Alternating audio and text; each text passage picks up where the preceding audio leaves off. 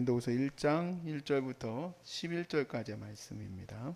하나님의 뜻으로 말미암아 그리스도 예수의 사도된 바울과 형제 디모데는 고린도에 있는 하나님의 교회와 온 아가야에 있는 모든 성도에게 하나님 우리 아버지와 주 예수 그리스도로부터 은혜와 평강이 있기를 원하노라. 찬송하리로다. 그는 우리 주 예수 그리스도의 하나님이시요 자비의 아버지시요 모든 위로의 하나님이시며 우리의 모든 환난 중에서 우리를 위로하사 우리로 하여금 하나님께 받는 위로로서 모든 환난 중에 있는 자들을 능히 위로하게 하시는 이시로다. 그리스도의 고난이 우리에게 넘친 것 같이 우리가 받는 위로도 그리스도로 말미암아 넘치는도다.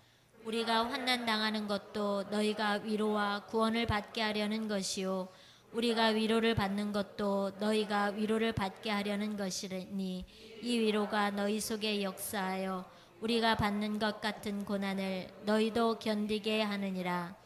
너희를 위한 우리의 소망이 견고함은 너희가 고난에 참여하는 자가 된 것 같이 위로에도 그러할 줄을 알미라.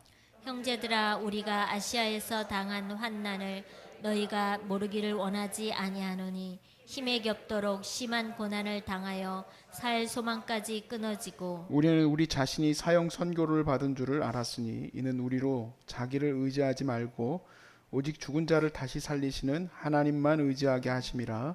그가 이같이 큰 사망에서 우리를 건지셨고 또 건지실 것이며 이후에도 건지시기를 그에게 바라노라. 다 함께 너희도 우리를 위하여 간구함으로 도우라. 이는 우리가 많은 사람의 기도로 얻은 은사로 말미암아 많은 사람이 우리를 위하여 감사하게 하려 함이라. 아멘. 제가 하나님을 떠나 나왔던 어느 날 새벽에 하나님을 찾고 싶었습니다. 새벽에 갑자기 기도하고 싶은 마음이 들어서 근처에 있었던 교회에 가서 기도를 하려고 앉았는데 동네의 작은 교회였고 한 성도들은 한 4명, 3명 정도 모여 있었던 것으로 기억을 해요. 찬송도 한 곡도 안 불렀습니다. 한 곡도 안 부르고 이제 막 설교가 시작되려고 하는데 그때 막 그 하나님이 엄청나게 큰 위로를 나를 하시는 거예요. 큰 위로가 내 안에 임했어요. 그래서 하나님께서 내 마음의 모든 것들을 다 위로하시고 회개시키시고 또 싸매주시고 어떻게 그냥 정말 누가 나를 위로해도 그렇게 오랫동안 기도할 수 있는 시간을 가질 수 있을까요? 2시간을 내내 울었는데 너무 행복해요. 그리고 그 이후로 하나님이 내 인생을 바꾸시고 저를 사역자로 세우셨는데 그 외에도 또 2번이나 그렇게 큰 위로들이 있었어요. 하나님이 크게 주시는 그 위로, 제가 일평생 붙들었던 사역이라고 해도 과언이 아니고 이것을 채우기 위해서 무엇을 해야 될지를 지금도 연구하고 생각하고 있는 가운데 있어요. 핵심의 결론은 뭐냐면 사람은 못해요. 사람은 못하고 하나님이 하시는 거고 그 하나님의 위로가 오늘 예배에서 여러분에게 임하시기를 주의 이름으로 축복합니다. 제가 왜 예배를 2번 드리느냐? 첫 번째로는 더 많이 드렸으면 좋겠는데 내 몸이 골골대서 더 이상 못한다. 2번 이상은 도저히 불가능하다. 여러분이 저한테 2번 이상 해달라고 하면 전 죽을지도 몰라요. 다른 거 아무것도 넣을 수가 없어요. 그냥 하루에 그냥 삶이 뭐냐면 눈 뜨면 설교 준비하고 설교하고 밥 먹고 설교 준비하고 밥 먹고 설교하고 자고 그렇게 하고 있어요. 그렇게 하면은 이렇게 여러분들이 지금 예배 드리는 이게 이루어지고 있는 거예요. 중간중간에 쓰러져서 잘 때도 있고 그렇기도 하지만 그렇게 하고 있어요. 근데 2번은 최대 맥시멈인데 그 맥시멈 2번 하는 이유가 뭐냐? 바로 제가 앞에서 지금 서두에 말씀드린 그 경험 때문에 그래요. 하나님이 예배 가운데 큰 위로가 임하실 것을 오늘도 기대하고 저는 이 예배를 최선을 다해서 준비하고 나갑니다. 고린도후서 1장 2절의 말씀이 제가 붙드는 사실 이 사역 전체에 있어서 흐르게 되는 전제와 같아요. 같이 한번 읽어볼까요? 시작. 하나님 우리 아버지와 주 예수 그리스도로부터 은혜와 평강이 있기를 원하노라. 아멘. 자, 진정한 평강은 어디서부터 온다? 아버지와 예수 그리스도로부터 온다. 진정한 평강이 이곳에서 하나님이 임하게 하실 것이다. 채워주실 것이다.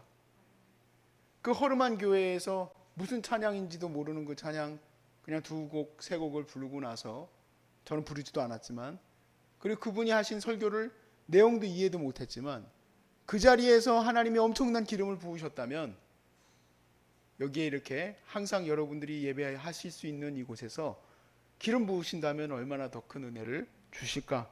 저는 그 기대 가운데서 이 예배를 드리는 거죠. 제가 그걸 만나봤기 때문에, 제가 그거를 경험해 봤기 때문에 여기에 제 목숨을 걸 수가 있는 거예요. 어쩌면 이렇게 얘기할 수도 있습니다. 고린도후서 1장 2절은 다른 서신서에서 나오지는 않지만 그래도 인사치레다. 우리가 마치 어젯밤 잘 주무셨습니까? 오늘 아침 식사 잘 하셨습니까? 하듯이 안녕하십니까 하고 얘기하는 거 아닐까요? 은혜와 평강이 있기를 바랍니다라고 얘기하는 건 그냥 인사 아닐까요?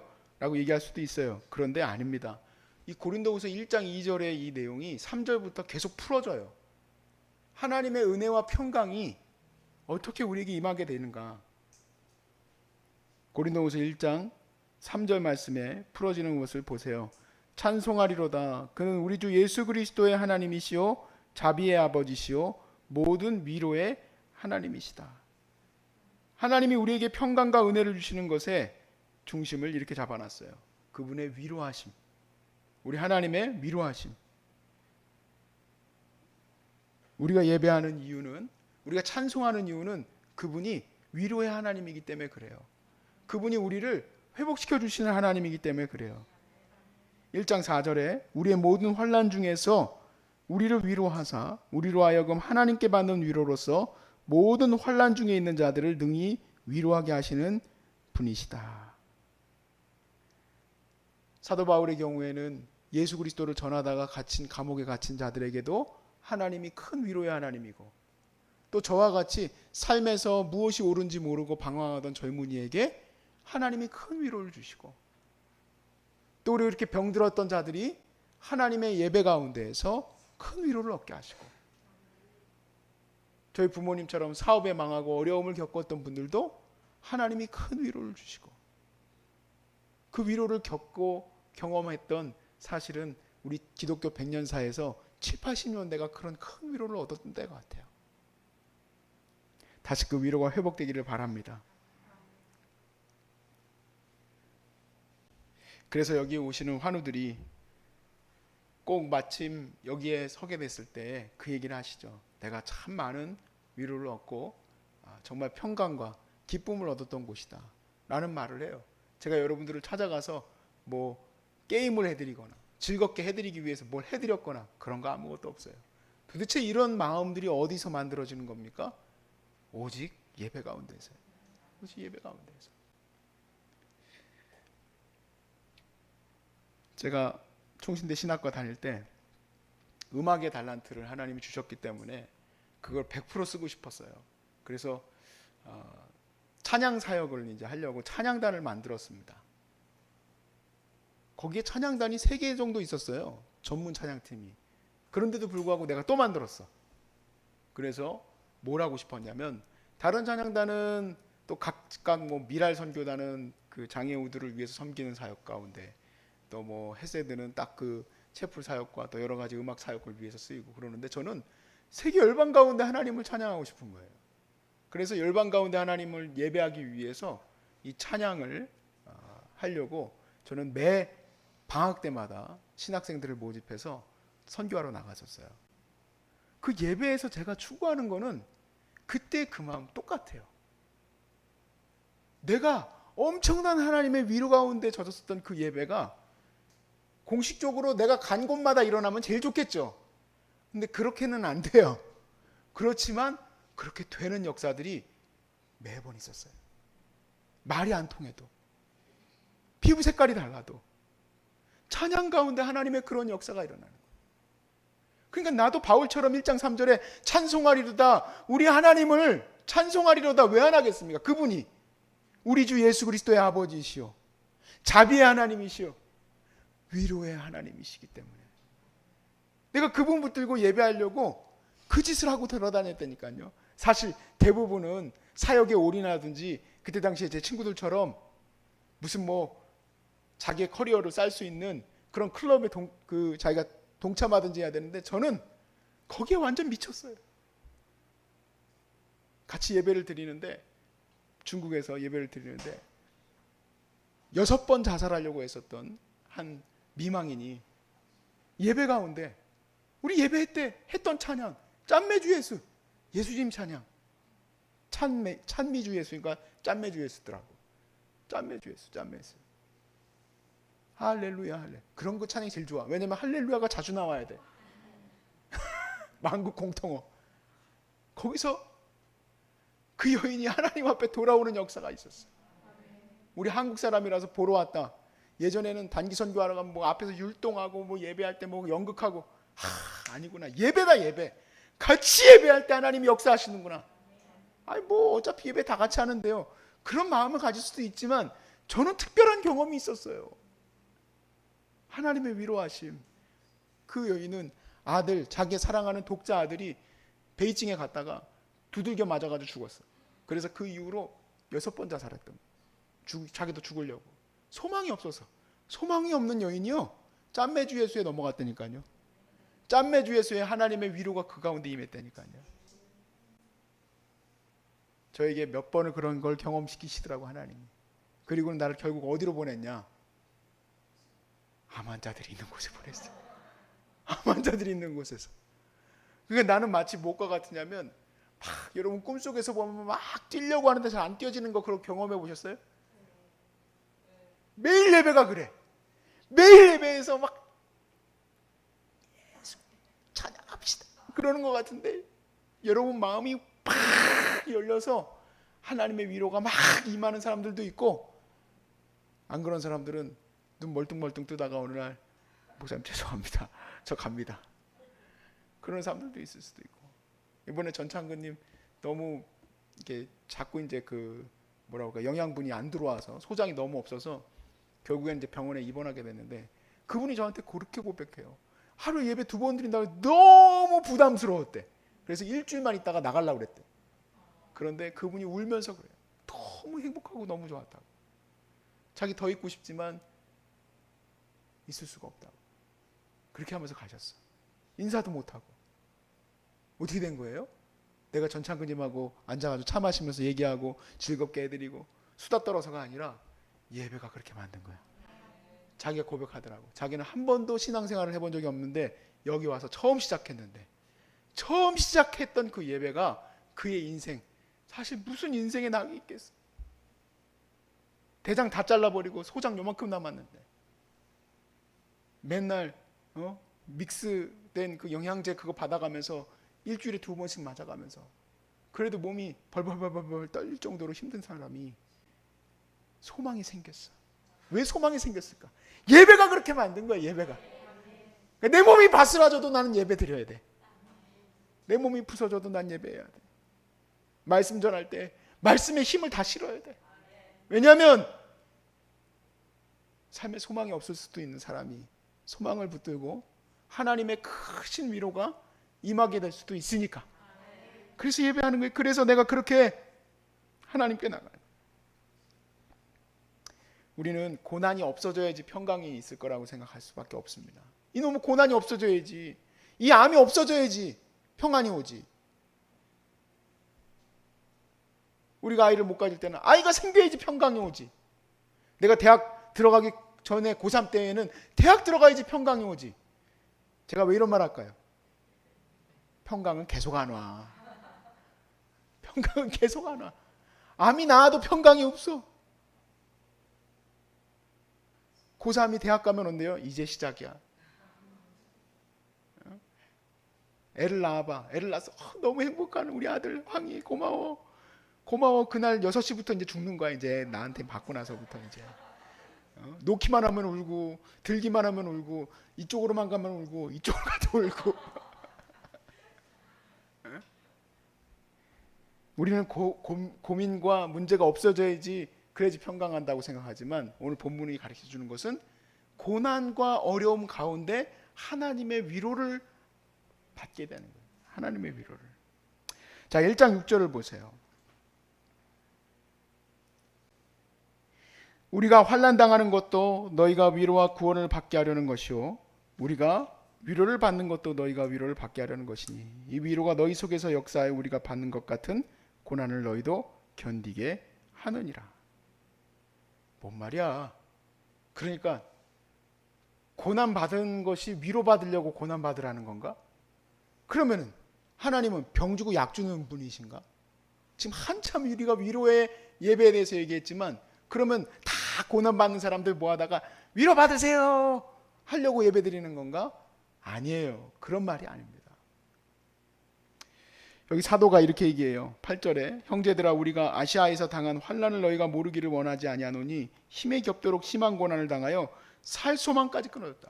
살 마음이 없어질 정도의 고난을 받을 정도로 많이 고난을 받았어요.